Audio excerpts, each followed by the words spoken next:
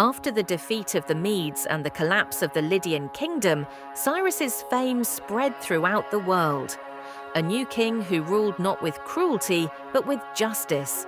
But still, between the Tigris and the Euphrates, stood a city whose name made the whole world tremble: Babylon.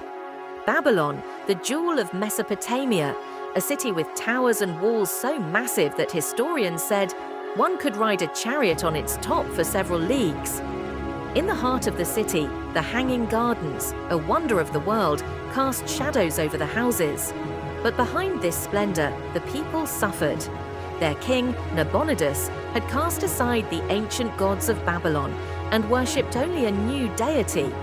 The priests were angry, the people were dissatisfied, and the murmurs were loud. Would that there were deliverance from tyranny! When Cyrus's army reached the borders of Babylon, there was an uproar in the city. One of the elders secretly said, "If this Persian king wins, perhaps freedom will return to us again." But the city guards mockingly said, "No one can break down the walls of Babylon. This place is eternal." But Cyrus did not rely on the sword alone. With sharp eyes, he looked at the Euphrates River that ran through the heart of the city.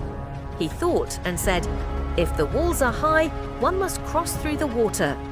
He ordered the river to be changed. At night, the soldiers built embankments and diverted the river. Gradually, the Euphrates that washed Babylon dried up. In the middle of the night, while the Babylonians were busy celebrating and drinking, the Persian soldiers crept into the city like shadows from the dried-up riverbed. The great gates, which had seemed impregnable for centuries, were opened without any bloodshed.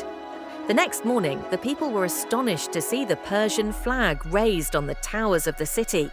Fear fell upon their hearts, but Cyrus came to the field. He mounted his white horse and said in a loud voice, "People of Babylon, I have not come to destroy, I have come to restore freedom." He went to the great temple of Marduk. The priests looked at him in fear, but Cyrus bowed before the statue of Marduk and said, "I praise the great God of Babylon, and I command that your religion and worship be free." A murmur arose from the crowd, and then a shout of joy. The people who had expected anger and slaughter saw with disbelief that the new king would not only protect their religion, but also set them free. Days later, Babylonian scribes made a charter of baked clay and inscribed Cyrus's words on it.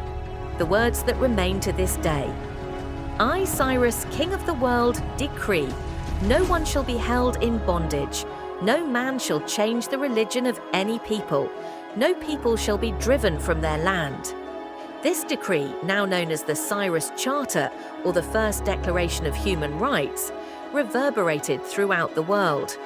The captive Jews were freed to return to their homeland. Nations of all kinds gave thanks. Cyrus not only conquered the walls of Babylon, but also the hearts of the people. He showed that an empire could be built not by the sword, but by wisdom and mercy. From that day on, Cyrus's name became immortal in history. A king whom the ancient world called Father, and whom future generations called Great.